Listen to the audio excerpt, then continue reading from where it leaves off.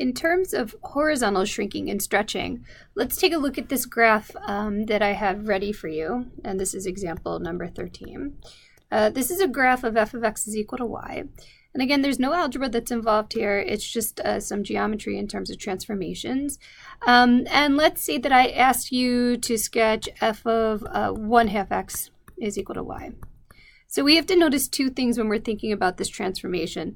The first thing I want you to do is I want you to notice that this 1/2 is on the inside of the function, right? So this 1/2 is on the inside of the function.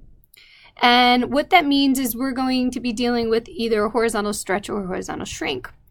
Now remember, if the number is a fraction, if it's in between 0 and 1, which it is, that means we're dealing with a horizontal stretch. And it's a horizontal stretch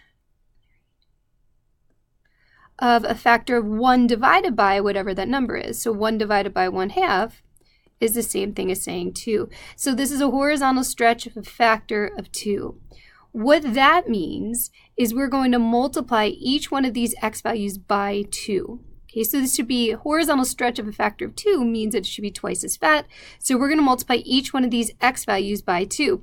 Let's take a look at each one of these four ordered pairs. So this ordered pair over here is the ordered pair -3, 0. This ordered pair over here is the ordered pair -2, -3. This ordered pair over here is the ordered pair 2, -3. And this ordered pair over here is the ordered pair 4, 0. So what we're going to do is we're going to multiply each one of these x values by 2, and then we're going to copy down what their transformation looks like. Okay, so let's start over here, and we'll put that result over here in red. When we multiply this x value by 2, that's going to transform us into -6, 0. So let's see, -6, 0 is right here. When we multiply this x value by 2, this is going to transform us to -4, -3. So that's going to be -4, -3. It's going to be right here. When we multiply this x value by 2, that's going to transform us to 4, -3. So we are right here for that one. So far we have this. We have this, and when we multiply this x value by 2, that's going to transform us onto this over here, 8, 0.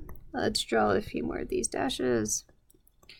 Okay, so 8, 0, 1, 2, 3, 4, 5, 6, 7, 8. 8, 0 is right here, and this is what the sketch of this function looks like. Notice that this is a horizontal stretch by a factor of 2. It's twice as fat as it was before.